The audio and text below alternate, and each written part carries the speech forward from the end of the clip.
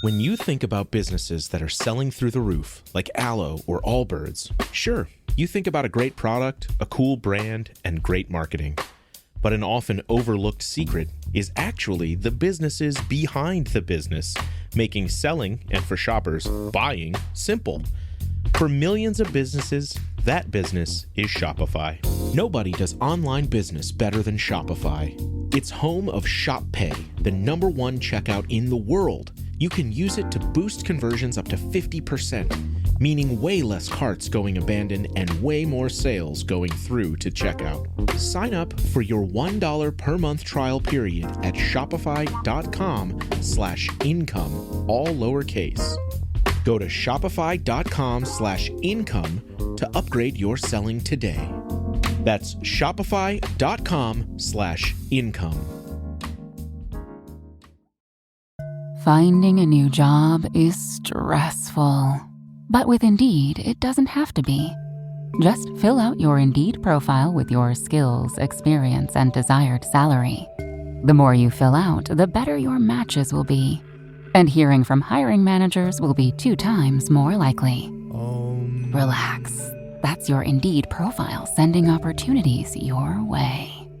Indeed, the world can work better. Hi everyone, I'm David. I support GenXGrownUp on Patreon, and you should too. Don't you want to keep this great content coming? So you know what to do. Go to GenXGrownUp.com/Patreon and just do it.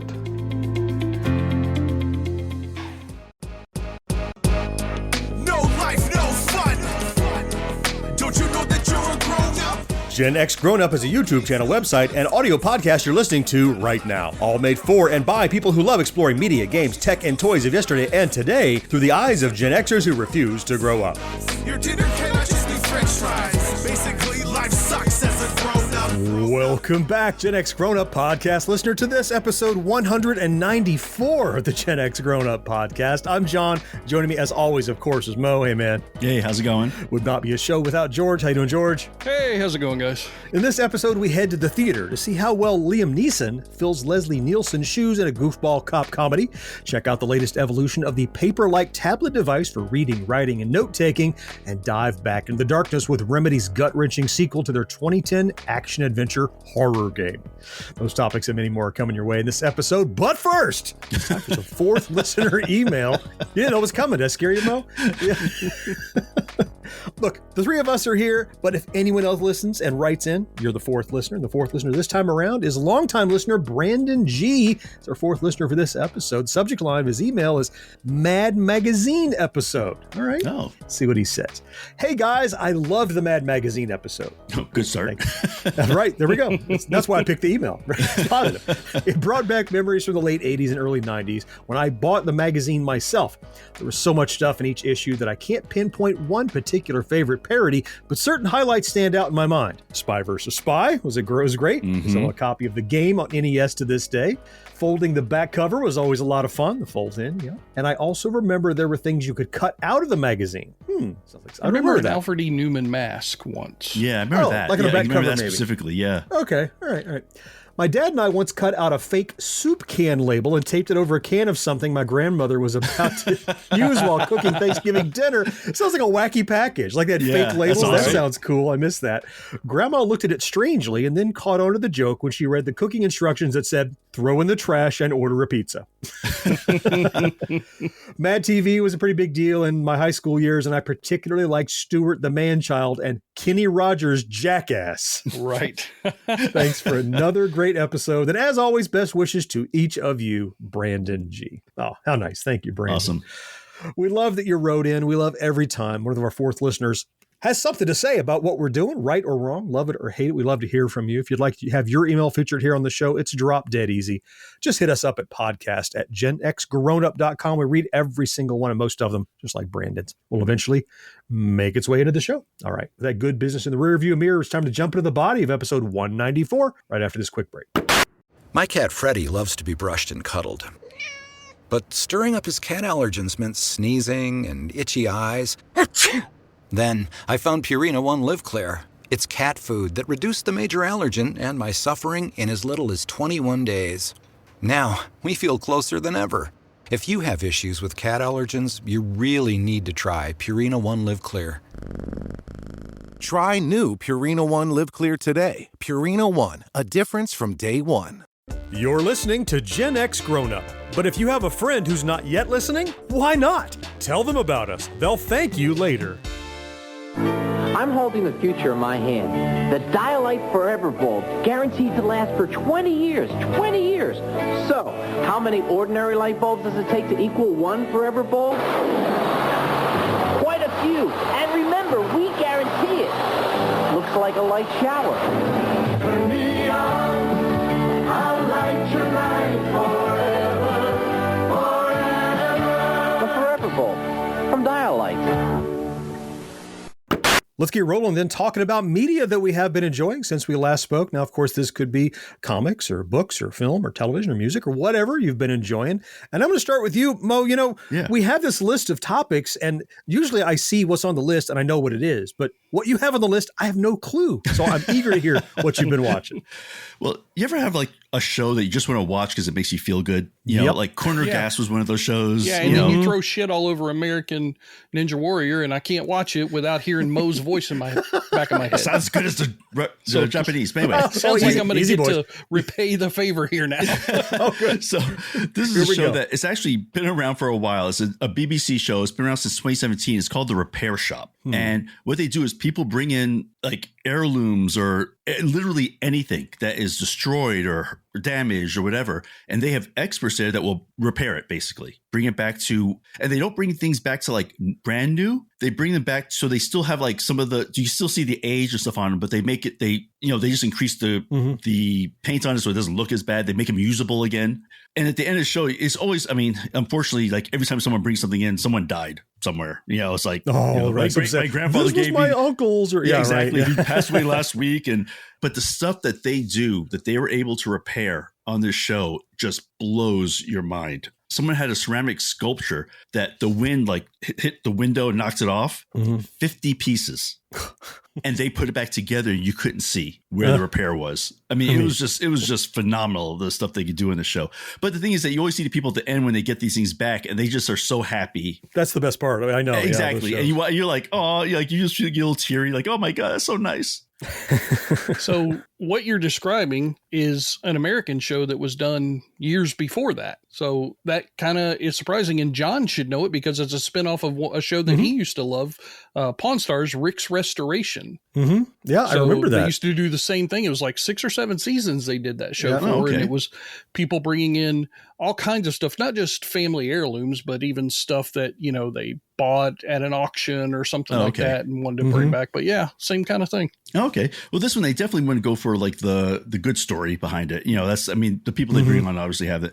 But again, they brought in the stuff that you said, they repair like old clocks and stuff, and the person will get the clock working again. And again, they don't sit there and like suddenly make an electronic clock. They get the old mechanisms working. Right. And you see them like creating new gears. And I mean, it's just crazy woodworking that, the armrest was missing and they replaced it and made exact copy. I mean, it's just crazy the skill of the people in the show. And the thing is that you see the people doing the work and you think like, I want a job like that. Where I can just do something, hand to somebody, and they're just like, thank you. This is like amazing. I just get that immediate gratification on it. But of course, these people are like so skilled, I can never do that kind of thing. But it's a really great, just feel good.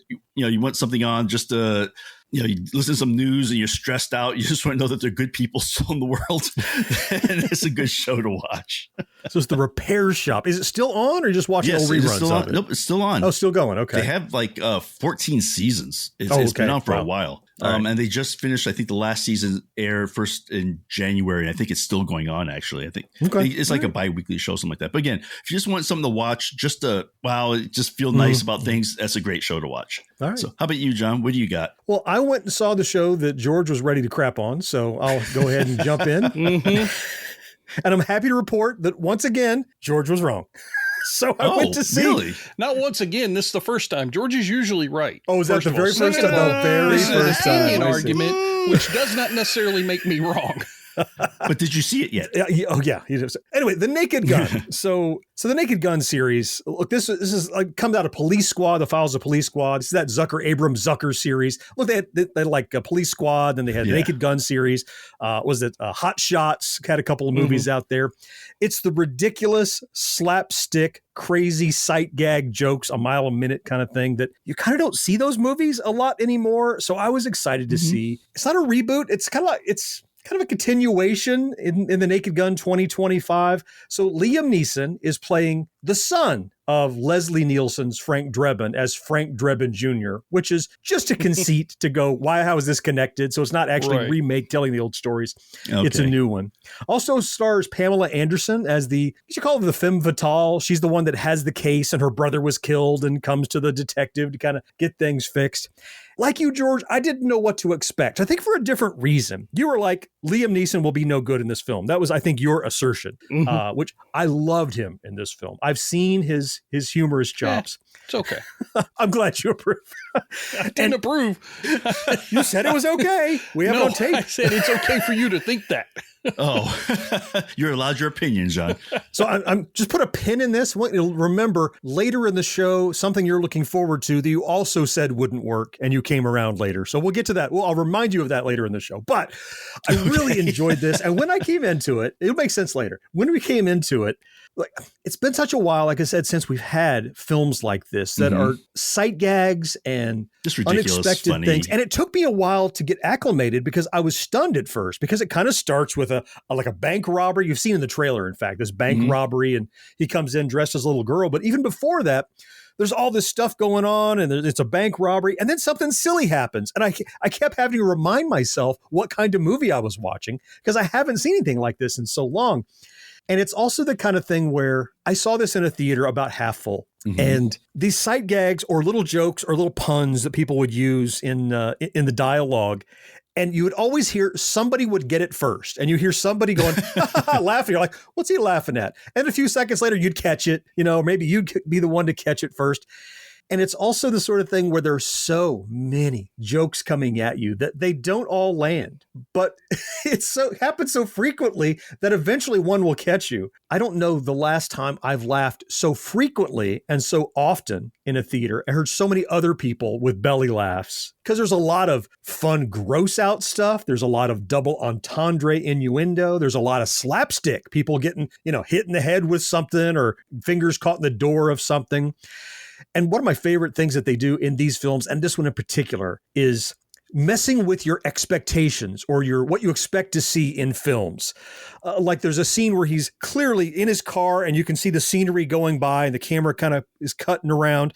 And then somebody hands him a cup of coffee in the window. Like, wait a minute, I thought we were driving. It's almost like making fun of the fact they're making a movie because someone was standing outside the car.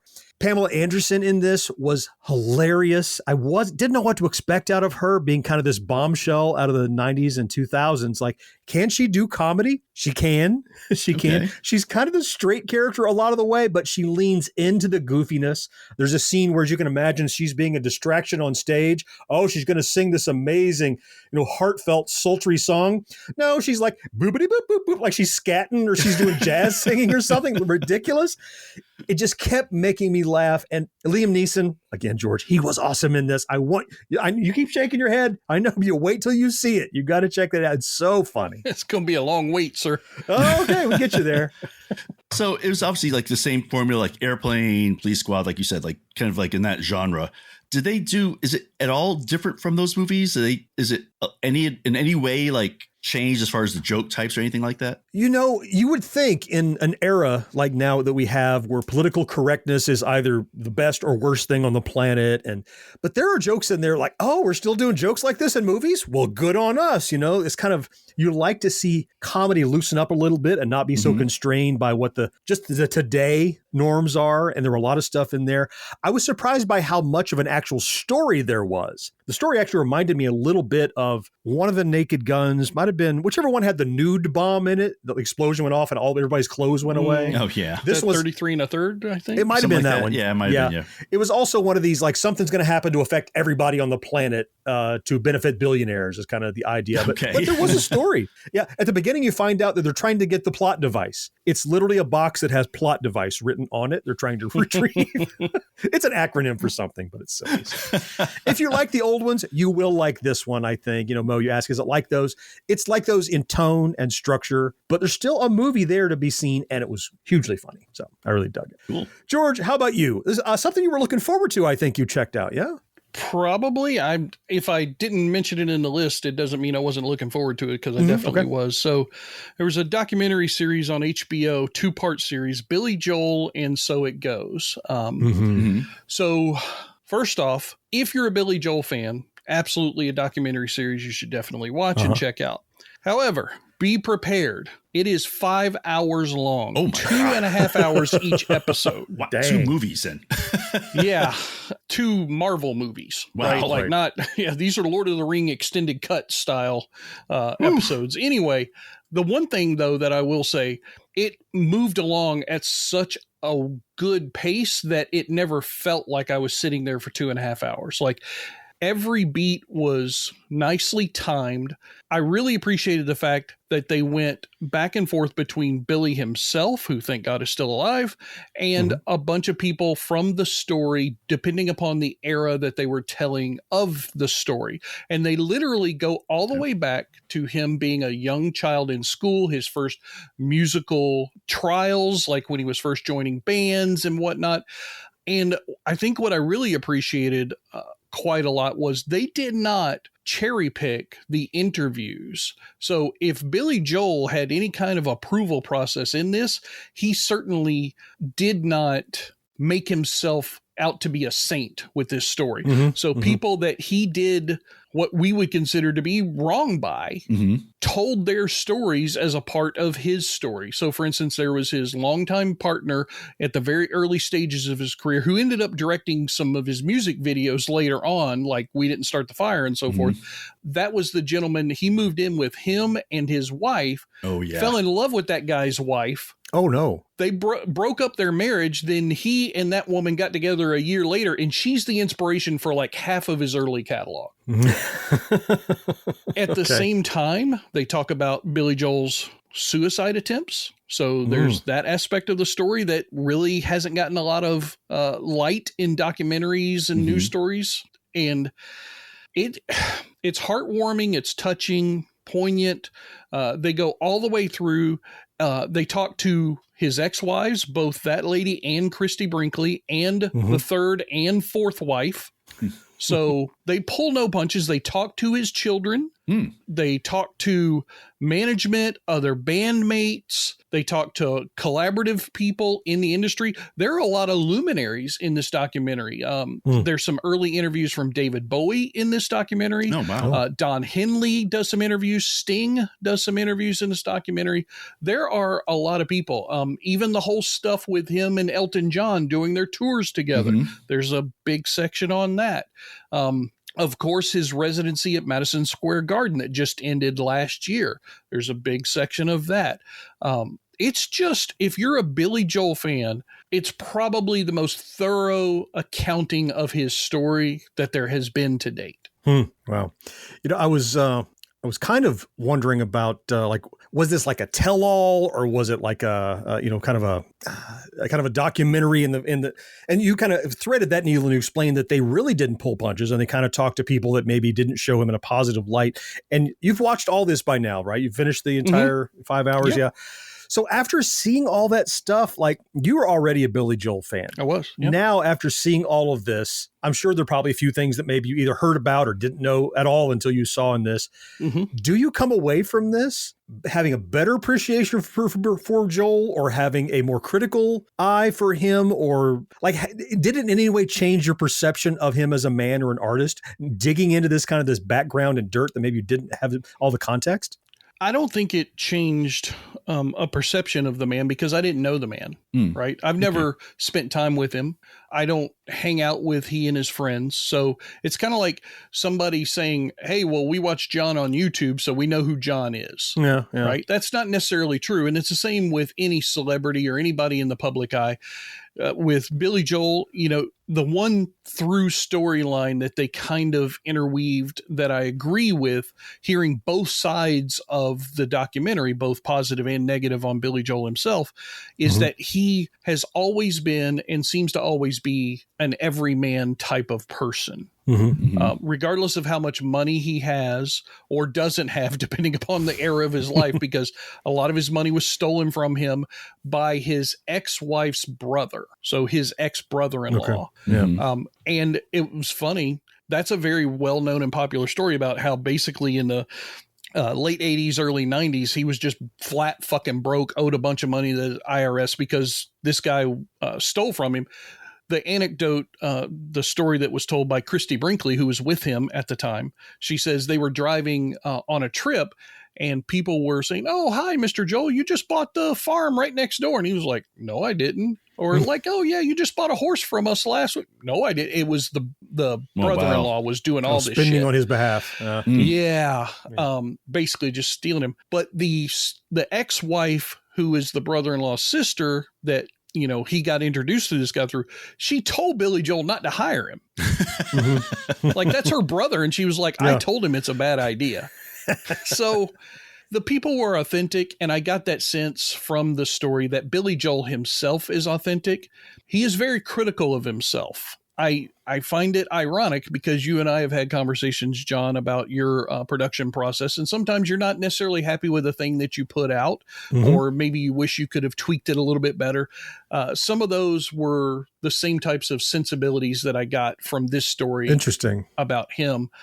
So I came away with the understanding that he puts his pants on one leg at a time like the rest of us. He might have more money. Granted, he's worked a hell of a lot harder than I have in his life at the thing he loves, and he sacrificed an awful lot for the thing that he loves the most, which seems to be the music. He sacrificed family relationships, friends, business acquaintance, everything. He's just, it's always been about the music that he creates. He's just driven for that.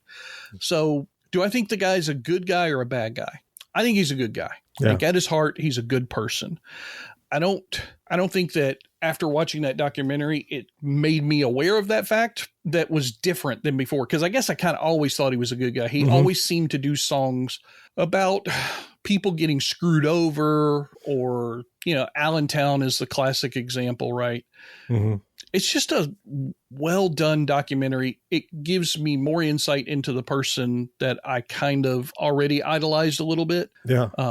And now I just have a greater appreciation of the realism behind the music, I would guess. That's as much as you might like someone, you're worried that you're going to learn something that might change it. That's why I hope it didn't tarnish, your thoughts of him. Sounds like it only increased your appreciation for him as an artist. So that's what I was hoping. He's fucked up. He's made mistakes. He's a person. He has done some bad things. He's a human being, but at his core, every time he's done something wrong, he's tried to make amends. And that was what I got the most from the people that they interviewed. They all said the same thing. I hated Billy for a long time, but he did this and came to me and made it up. So that's cool. It's nice to hear. Yeah. Oh, and he released a 115 track Spotify list to go along with the documentary in case you're interested. Oh, well, you got 4.5 hours that you have to. We're going to throw that link at Mo to put in the show notes. I don't have it. I don't do that Spotify stuff, but it's out there somewhere. Mo, get on it. Yeah. Okay. I'm there.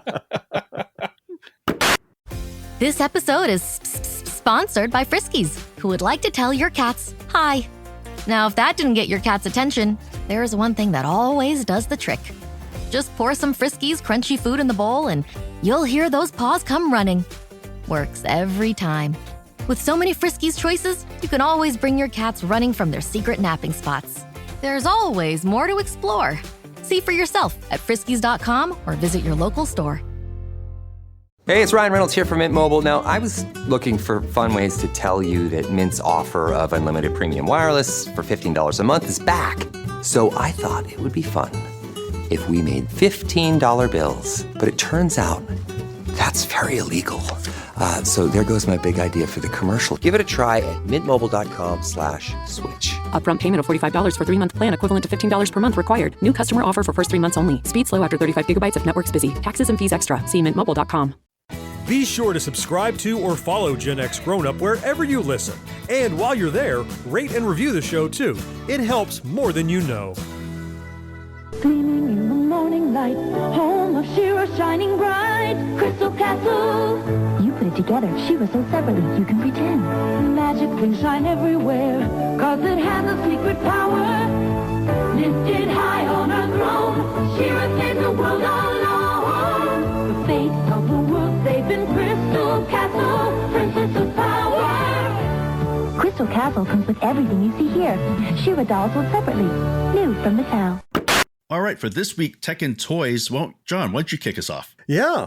So a couple of weeks ago, I was came in my studio to start recording, and one of my most reliable lights, made by a company called Neewer or Neewer, the like Neewer, Neewer, that I've had for years. This amazing light just wouldn't come on anymore. I'm like, oh no. Well, to make that long story quite short, the light was fine. The power supply broke. I went to look for a power supply and found out that a new power supply was like $30. I'm like, well, maybe money's better spent upgrading to new lights. So I went looking, and these lights that I have are these really cool, they're called stick lights. They're like 18 to 24 inches long, full of LEDs, and they're dimmable. And I use them to either illuminate my room or to illuminate what I'm shooting on my table. So I went looking, and I went back to look at Neewer. I wish I knew how to say that. Neewer? I'll call them Newer, whatever they're called. Anyway. Yeah, that works. I really like these type of lights, and they work really well, and they're so versatile. So I went looking to see, can I just replace them with the same thing? Well, they have an upgraded version that I got. Now, before I describe all this, you might think, well, I don't do video production. I don't need a bunch of fancy lights. These lights can be used if you do photography, videography, just lighting a space in a room or an area, because they have so many things that they can do. The laundry list of stuff that these lights have. So they are, again, I think they're about 18 inches long, these long stick lights, about 2 inches wide. They say each one has like 220 LEDs in it or something. Jeez. So it's a real even kind of light. So different from the old ones, this is the upgraded version. I'm going to give you a link to these if somebody wants to take a good look at some of this stuff. I'm just going to kind of whiz through.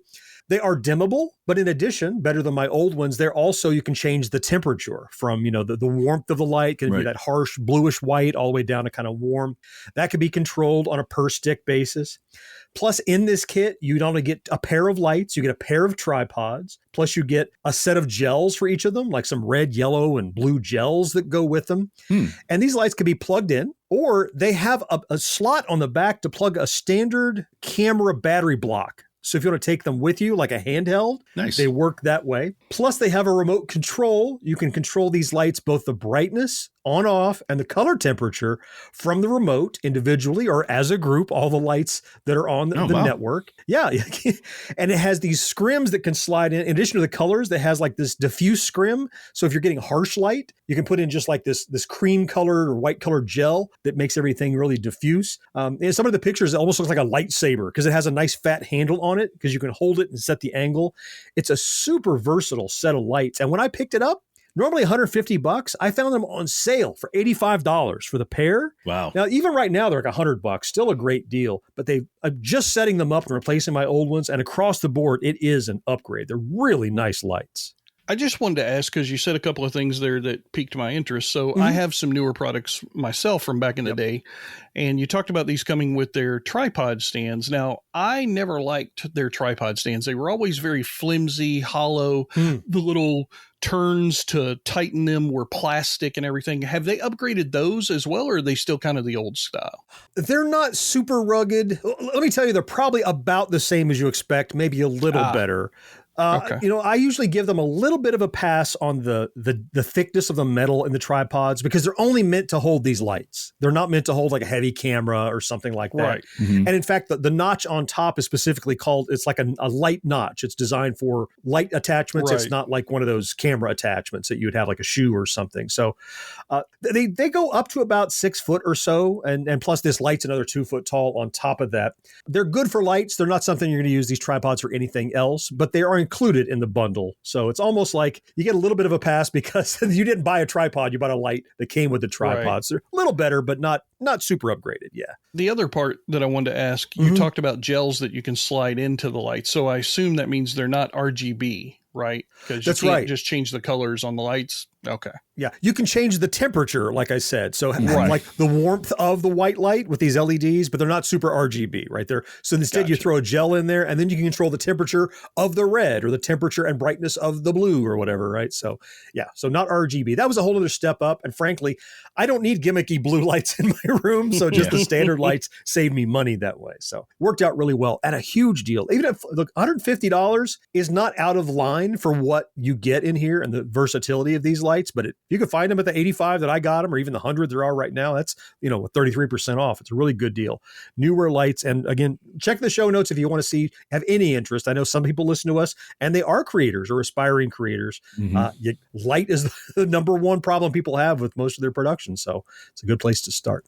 Cool. Mo, what about you? What have you been checking out in the world of tech? Yeah. So you mentioned upgrading. So this is an upgrade. So a while back, I talked about this Remarkable that basically is a note-taking tablet, I guess you want to call it. Yep. And then for my birthday, which is a bit back now, I got the newer one, which is the Remarkable Color Pro.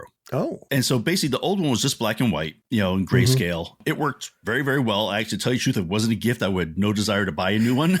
No, it's the thing, like it feels like paper. It's like the digital paper or something. It's like really, it's very, very thin. I mean, it's not like paper. It's just like a super thin tablet. No, I mean, it feels like you're writing on paper. Oh, like, yeah, it's it does. a It totally feels like you're writing. You definitely get that little bit of friction on it when you're writing. So you feel like you're writing on paper. But so this one's the Color Pro. So it has a couple of really big features on it. One, it does have color. Now that's super rich, high contrast colors. They're all muted, but it does have color, which actually makes a big difference because I started doing a lot of reading PDFs on it and stuff. And so if they have pictures and things, you could definitely see them in color, which really, really helps. And it also has a backlight, which the other one did not have. Oh, right. So this one, like the other one, you really could not use it in a dark area. Like you had to have some sort of external light source on it, like a regular piece of paper, basically. This one has a backlight on it that works extremely well, actually. And it's funny, like you don't need much light on it to make it effective. Just need a little bit of glow behind it to make it work. So those are the two big things about it that I got. And I tell you, it just does that one thing and it does it very, very well, which is take notes. Yeah, for reading or writing. You had this for a little while now, so a few months, right? So I think about when Nintendo upgraded from the Game Boy to the Game Boy Advance or Game Boy, whatever it was, when they added a backlight. And the big thing that the hit was battery life. So I'm thinking about the battery saving on this it's that e-ink stuff that doesn't require constant flow of energy to keep the pixel dark or light or whatever it is. But now you're adding a light. What have they done to mitigate the draw on power, or have they increased the battery? What are you finding in terms of duration of use? Well, the duration is still way up there. Like the old one, I think like the old one, you go like 4 days really without charging it. I mean, at least 4 days of use. This one, you maybe go like 3, so it's not quite as good, but it's plenty enough. And when you plug in to charge it, it's fully charged in like 15, 20 minutes. I mean, it just charges like in no time. So there is more battery in it. It does have a bigger battery than the old one does. It weighs the same though. Somehow they managed to keep the weight pretty much the same, more or less. The pen, the stylus that comes with it actually has some power behind it. Like this, like when you stick it into the holder, it charges, which the old one was like a little magnetic charging or something. Yeah, well, the other one was not. The old one was just like some sort of resistance thing that was built into the pen. So this one actually has a little bit of a charge that you have to keep your pen charged. But other than that, though, like I tell you, I am a big like paper planner. I used to have a big, Franklin planner and stuff. And what I did was I found the sheet space. I found this website that you can go to, put in the kind of planner you want, and it creates a PDF for it. I pulled the PDF. You can then edit and work with. And I basically pull up the PDF and I write on top of it. So it has like all the date formats, has all the lines I want, all the, so basically I have my planner back, which makes me very happy. So It was a gift. So I haven't looked at the price yet. I'm sure it's not cheap because the old one was not cheap. But if you're looking for something that is just for taking notes and reading, now it does not do Amazon books, but reads every other format, EPUB, PDF, everything else out there. It just works very, very well. I have no complaints about it. Remarkable. This is the Color Pro. Color Pro. Color Pro. All right, cool. Thanks, Mo. Sure. We'll be right back. USAA knows dynamic duos can save the day, like superheroes and sidekicks, or auto and home insurance. With USAA, you can bundle your auto and home and save up to 10%. Visit USAA.com/bundle. Bundle savings are off total premium, not available in all states or in all situations. To qualify, auto policy must be active prior to property policy issue, subject to change. Restrictions apply. Membership eligibility and product restrictions apply and are subject to change. USAA means United Services Automobile Association and its affiliates, San Antonio, Texas. Hey, it's Paris. You know I love sparkly things, right? Like stars. Duh. And thanks to Hilton and AutoCamp, I just slept under them. Picture me, serving looks by the fire outside my luxurious Airstream, making s'mores with the kids, while a national park is our backdrop. The great outdoors meets Hilton hospitality. That's hot. Explore all the new ways to stay at Hilton.com. Hilton for the stay. Each episode of Gen X Grown Up has show notes loaded with links where you can learn more about our topics. And there's even more to see and hear over at GenXGrownUp.com.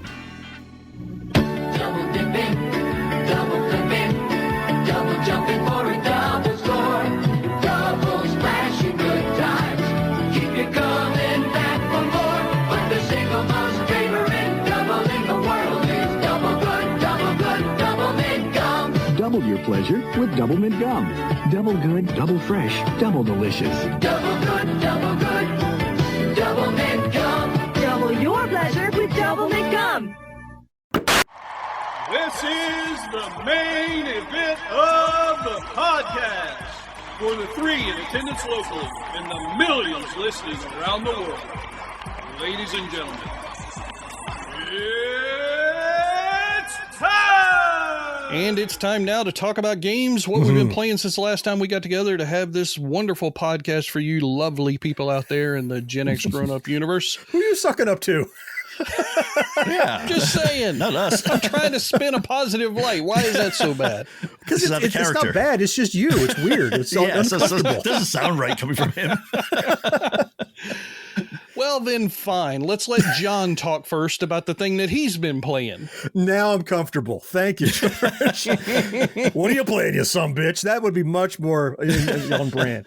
Yeah, so last time we spoke, I already had in hand, but hadn't I had a chance to play and was looking forward to Shadow Labyrinth. Now, this is the game that is produced by Bandai Namco and is somehow connected to the Pac-Man and Namco universe. And many people say it was based on, but actually this cartoon was based on it. And that Secret Level on Netflix, the series of cartoons based on different video games, they had one called Circle that was this dark, vicious version of Pac-Man with the floating ball that ate the guy's back. And anyway. Yeah. It's crazy. And we later learned that actually Bandai Namco was working on this game and asked them to use that as the inspiration for the cartoon that they did based on Pac-Man. So it is kind of what I've learned in the interim since this game was announced, that Bandai Namco has been working very hard they've always kind of had, but really trying to retcon and bolt together a mythology. It includes so many of their games. I'm talking Galaxian, Bosconian, Galaga, Dig Dug, Pac-Man. They have this they're trying really hard to make you believe there's this overarching universe that all these things exist in, considering many of them were little standalone one-screen arcade games. It's a little bit of a reach, but they're doing their best to there are parts of this game, and this game, by the way, I've got a chance to play it now for many, many hours now. I probably put about 16 hours or more into it at this point. It is a Metroidvania, which you guys know, listeners probably have heard me say it's one of my favorite kinds of games. I was first exposed to it back with Shadow Complex on the Xbox. Oh, yeah, that was a great game. Go back and play that once a year and redo the whole damn game.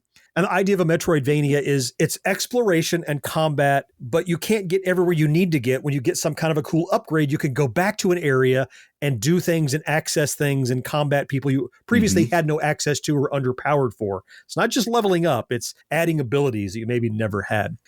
And you play, like in the Circle short, you play this guy who's known as Number 8, which implies that 7 other people have tried and failed at Pac-Man escorting them through this world. So you're this character Number 8 who has the ability to pick up this sword and follow this Puck character Pac-Man around in this world and kind of use his power, or you might say he uses your power to enact certain things in the world. Now, sometimes there are these rails that have little dots on them and you can throw Pac-Man at it and he goes waka, waka, waka around the world and like gets to places you couldn't get. I think of like the Lego games where you have to be a little character to get to areas that are too small to get into. Well, you can send Pac-Man into those areas and do things. And then sometimes you'll combat people, and when you're done, he does the thing where he chomps into your back and you become this giant bloody red and black Pac-Man who consumes, as Pac-Man does, whatever this monster is that you've just beaten and gains some new ability. One of the first ones is this big mech that has a orange, blobby little ghost-looking thing on top. Looks very much like Clyde. And it is the G-Host is the name of this monster. It's a host for, right, so it's a ghost, right? It's just weird how they're forcing these little bits of mythology together. It's kind of interesting.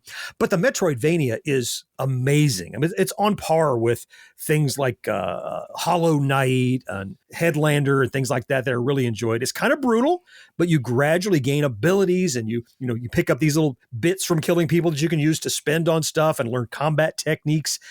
It's so deep and rich. I'm sure I haven't, even the time I spent with it, I barely upgraded my guide. There's so much more to see. And the boss battles are so satisfying. Once you figure out the combos, it makes you feel like you're smart and skilled, even though you failed 20 times before you beat him. So you mentioned Shadow Complex from way back when. I mean, that was amazing. I mean, I still play it every now and then. Yeah. Would you say, is it on the same kind of level as that as far as, because something about that game just totally sucked me in, you know? Did this one do the same kind of thing to you? A very different style of Metroidvania in that it's more like Ori and the Blind Forest, which is a little bit more focused on combat, a little bit more on like sparkly, creepy caverns and dungeons and weird monsters, as opposed to where Shadow Complex was very grounded in reality and it was just people walking around and getting new weapons.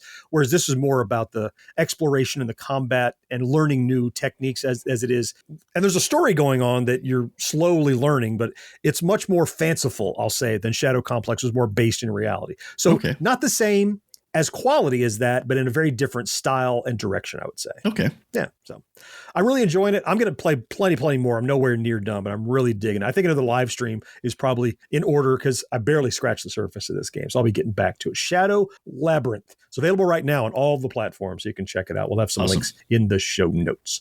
George, you gone back to the well for something that's near and dear to your heart. Yeah. So I had to do a live stream to cover for a slacking John this past week. Shadow Labyrinth. Yeah. So maybe I told you I was busy. I was playing a game. He was slacking a little bit.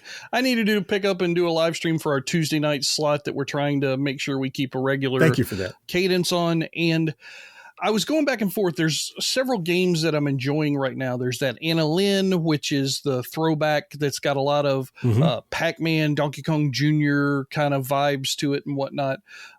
There's Zaccaria Pinball, which I'm in the process of doing a video for that platform because it's a really fun virtual platform that highlights an Italian pinball maker from the late 70s, early 80s era.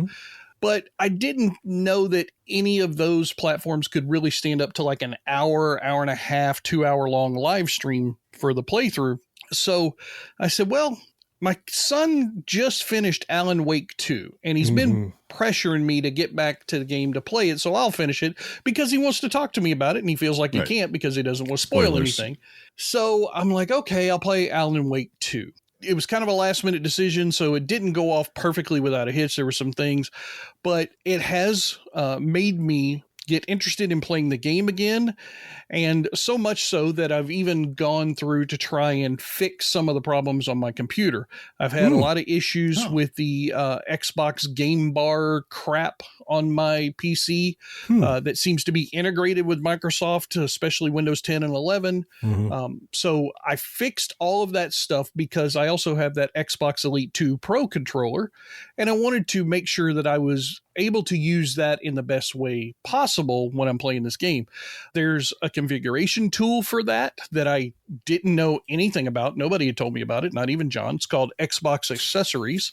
And that's what you can use to plug your controller into your PC, and you can configure all those buttons all the way around your controller and do even some little cool things like adjust the amount of vibration in the different places of the controller.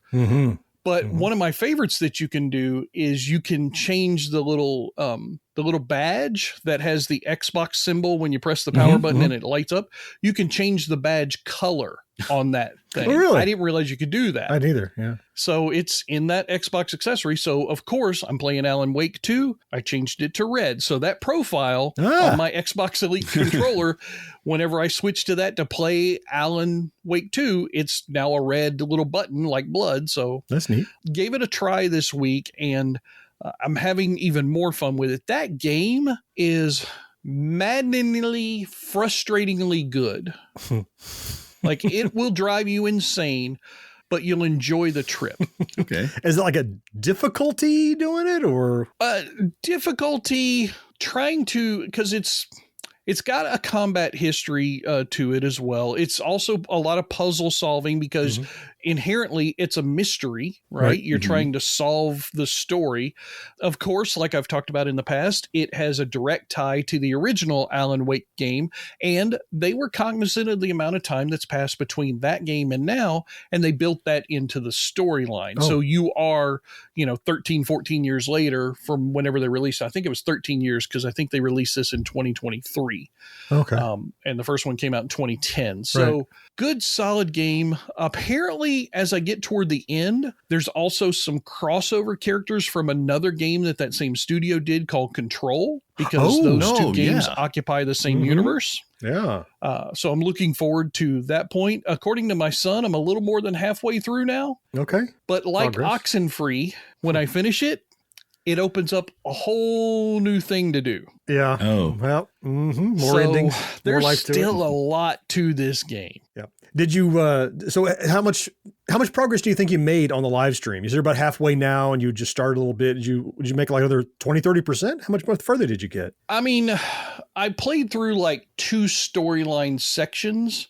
Okay. Like I completed 2 goals. I'll say that much. All right. So I completed this one, then I went down and found this thing and completed a second one. And I said, you know what?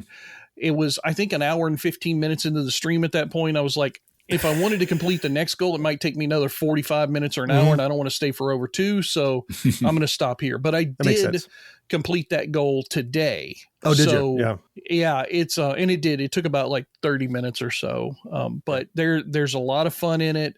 It's a deeply intricate game, and you have to pay attention to everything because everything's hidden in the shadows. That's what Alan Wake is all about. So if you like those type of games, story-driven, rich games, especially ones that have a long backstory and history, Alan Wake 2 is definitely a solid choice. You can get it on Xbox, PlayStation, and Epic Game Store. Nice. Well, I'm happy that my slacking got you back into a game that you love so much. So you're welcome. With a major selection of the looks your kiddos love, starting at just $4 in the Walmart app, a new school year means a stylish new them. Who knew? Find skater skirts and Crocs that say, I'm casual but cool. Sparkly sneakers that say, it's my classroom, you're just learning in it. And preppy polos that say, I'm the teacher's pet, even if they're mommy's menace at home. Find their favorite styles starting at just $4 in the app. The Walmart you thought you knew is now new. This episode is brought to you by Nespresso Virtuo Coffee Machines. Ready to enjoy the bold flavors of barista-quality Nespresso iced coffee at home? Simply fill a glass with ice and press the brew button on your Virtuo Pop machine to enjoy rich double espressos roasted to stand up even when chilled. Refreshingly bold iced coffee. Refreshingly easy to make at home. Visit Nespresso.com to shop now. If you're a die-hard Gen X grown-up, you can pledge your support by clicking join on YouTube or by becoming a patron at genxgrownup.com/Patreon. Hello, my name is Crispy. How do you do? Crispy Critter cereal entirely new. It's indubitably delicious. Oh, here comes Crispy Critters, a good wholesome bunch. The low sugar cereal with lots of crunch. Yes, it's indubitably. Indubitably. Most Crispy Critter cereal is part of a balanced breakfast. As we round out the back end of the show, we always like to take just a second here to pause and talk about the things we're looking at now or looking forward to between now and the next time we get together. Sometimes it's kind of peeks into what we might be talking about next time we get together. So, George, let me hear what you have on the horizon. Well, so the first thing that I put on my looking forward to is really just to fill a slot. I really could give two shits less about this movie. George! Damn it, George! I'm just gonna kill John's thunder right away. No, it's a sequel called Nobody 2, based from the original Nobody. Stars is it Odenkirk is his last name, Bob right? Odenkirk. Bob Odenkirk. Yeah. Bob Odenkirk. Yeah. He was not a guy I saw as an action hero, and I don't think this is an action hero movie, even from the first one. Mm-hmm. I think it's kind of like the original Die Hard was. Like, he's really kind of feels like an average everyman at first, and then some wild shit happens around him. Just so happens that this guy is like so unassuming you would have no clue that he could do the things he does in the film. And I think the second one will just be more of the same, which should be fun. Yeah, you were really giving poor Odenkirk the Liam Neeson treatment back when Nobody came out. It's like, there's no way he could possibly be. And he was really good in that movie. So. Yeah, he was good. And I think he was good. And I think the film was done well is absolutely what really enhanced it. Second thing I'm looking forward to, that's, by the way, on August 15th when Nobody 2 comes out. Second thing is kind of a curiosity for me.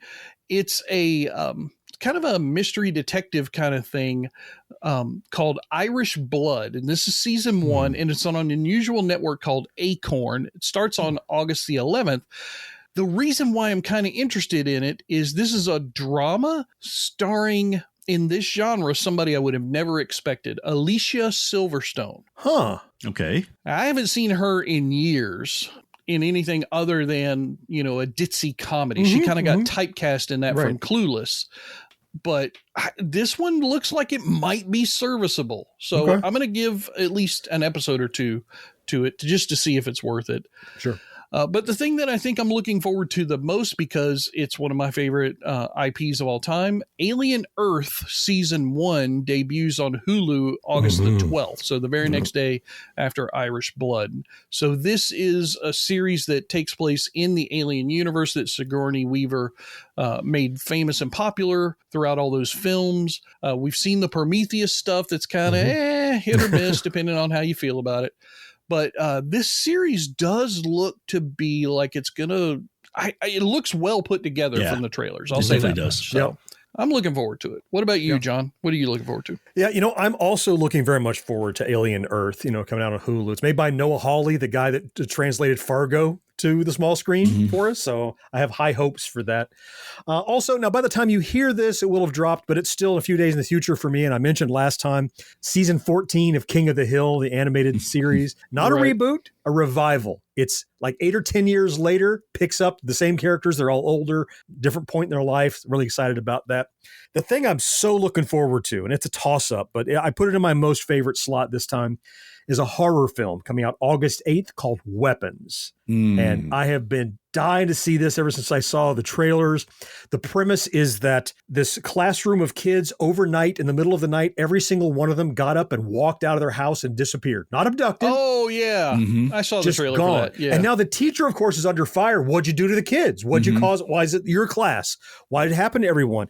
And people are dying in crazy ways. I've now that I know I want to see it, and at the time of recording, it has a 100% score on Rotten Tomatoes. Wow. That's only with about 15 reviews, but 15 reviews agree. I'm so excited for this film. Looking forward to see it. That's August 8th in theaters. I have my ticket already. This is going to be a nacho caliber film. I'm ready to go watch it in the theater, sit down and enjoy it. Mo, what about you? What do you got coming up? Let's see. There's a show on Disney Plus called Eyes of Wakanda. It's a series of animated films. Animated, yeah. Yep. And each one is about some event that took place in the history of Wakanda. It's already out. It came out today, actually. It's August 1st when we're recording this. I did watch the first one. It is very cool. It is very, very cool. Groot storylines. I mean, just the first one, I'm like, oh, I got to watch the rest of these. Also, The Boys, season 4. That kind of stuck up on me. Oh, yeah. Final season. Yep, that's coming up the 18th of August, which again, I've watched all the rest, got to finish it at this point. Wrap it up. Yep. And what I'm most looking for, which is something that George brought up earlier, is Nobody 2, because that was a movie that when Nobody came out, when I went to go see it, I had like almost no expectations for it. I mean, honestly, right? Because I was like, Bob Odenkirk, like, actually, okay, we'll see, and I loved that movie. I just thought his character and Christopher Lloyd in it. I mean, it was just, and so looking at the trailer for the new one, it just, the fact that they're playing like National Lampoon's Vacation, song in the background, Holly Road and stuff. I'm like, this could be pretty good. So I'm really looking forward to that movie. Again, that's coming out August 15th. Yeah, I'll be there too. Yeah, looks good. All three of us. I just didn't have it on my list, but I'm definitely looking forward to it. Hey, before I let you go, I need to thank another brand new Patreon supporter. We always talk about our patrons and how much we appreciate them and how we're able to continue doing what we're doing. And I want to welcome Matt M., who headed over to patreon.com/GenXGrownUp, opened up his heart and his wallet and signed up. And when I fired off a note to thank him for joining, he wrote me back with a quick note that I wanted to share with you guys to make sure you had a chance to hear it. Matt says, I've been listening to your podcast for the past couple of weeks. I've been a subscriber on YouTube for a bit. I really enjoy the content, especially the backtracks and videos where you rank games and take an old game and test it, clean it. I decided to become a Patreon member. Thank you for all the time and content you guys create. Matt M. Matt, that's cool. Thank you. I'll tell you, lots and lots of people enjoy our content. A very, very small percentage of them actually take the time and effort and energy to go over and support what we do financially. Matt, thank you so much. You're joining a roster of fantastic and generous people that continue to make sure that we can stay solvent and keep giving you this show and the stuff you talked about on YouTube. We're so grateful for you. If you'd like to join Matt, again, super simple. Just head over to patreon.com/GenXGrownUp. Sign up for a regular monthly pledge as little as $1. That's all it takes. You'd pay $1 for this podcast. You get 4 of them in a month. That's 25 cents a show. It's the cost of playing Galaga. It's really easy. We really would appreciate your help. So head on over there if you would. Okay, that's about going to wrap it up. But don't worry. If you were worried, don't worry. We'll be back in 2 weeks with another regular episode. And next week, well, that's our backtrack where we pick a single nostalgic topic and dig in deep. Well, would you care to do the honors and let the fourth listener know what's coming up next week? Oh, absolutely. I can't believe it's been 40 years. But 40 years ago, Mad Max Beyond Thunderdome hit the theaters. The third movie of the Mad Max franchise with Tina Turner. Again, it was a huge movie. It did really well. So we're going to be talking about it on our next podcast. Yep. You don't want to miss that one. That's going to wrap it up for this one then. We hope to see you back here next week. Until then, I am John. George, thank you so much for being here, man. Yes, sir. Mo, I appreciate you. Always fun, man. Fourth listeners, you will appreciate most of all. We can't wait to talk to you again next time. Bye-bye. See you guys. Take care, everybody. No life, no fun. Don't you know that you're a grown-up? Gen X Grown Up is a member of the Evergreen Podcast family. Learn more at evergreenpodcasts.com. Watching shows till sunrise. Unacceptable for grown-ups. Your dinner cannot just be French fries. Basically, life sucks as a grown-up. All right, forward. Here we go. In 5, 4, 3. As we wound out. 5, 4, 3.